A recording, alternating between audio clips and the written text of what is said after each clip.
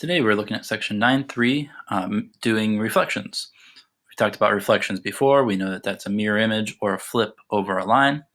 So when we flip point P over this line, we do need to do it so that it makes a perpendicular line, and it should be the same distance on both sides. If we reflect something that's already on the line, over a line, it stays where it's at. The most basic reflections you're going to have to do are over the X and Y axis. Those are pretty straightforward.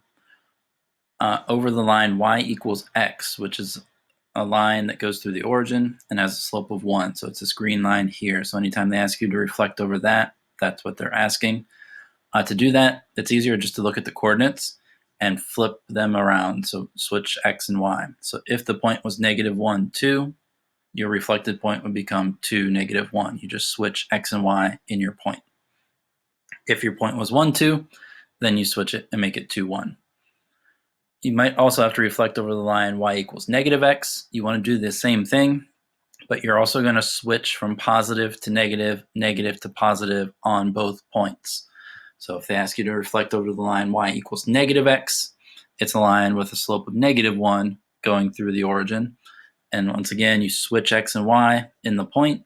You also switch it from being positive to negative, negative to positive.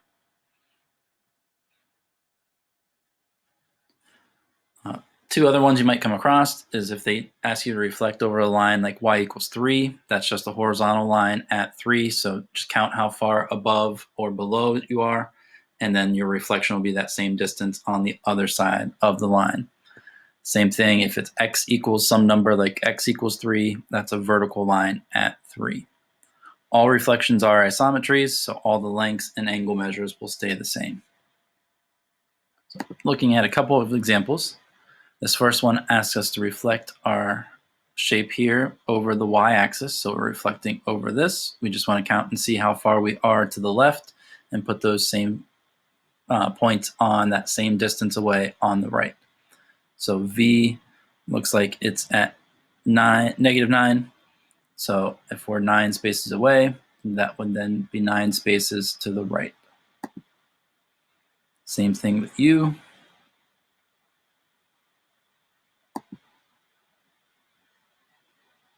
Point T is 10 spaces to the left, so we want to be 10 spaces to the right. Same thing with W.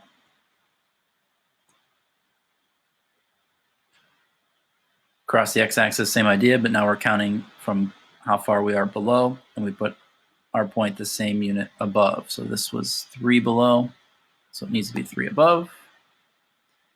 E was 3 below, so it needs to be 3 above.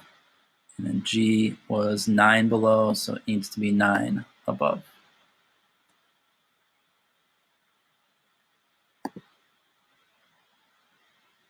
Skip a couple of examples here and get to one where we have to reflect across the line y equals -2. So anytime it's y equals, it's going to be a horizontal line at that number. So at -2, we're reflecting across this line.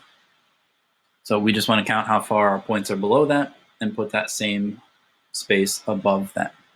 So E is 2 units below, so we would want to put E as 2 units above. D is 5 units below, so we want to go 5 above. Same thing with F and C. I'll have to erase this line. Like I said, E was 2 units below that line of -2, so it would be up at 0. F was that same below.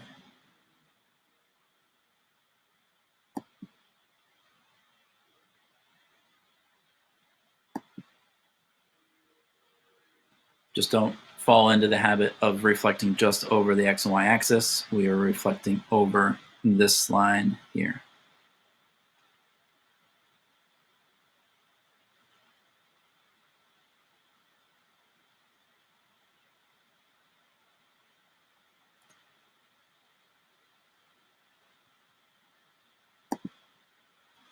Hope that helps as you're working. If you do run into any problems, please let me know. You can reach out through email or Flipgrid, and good luck.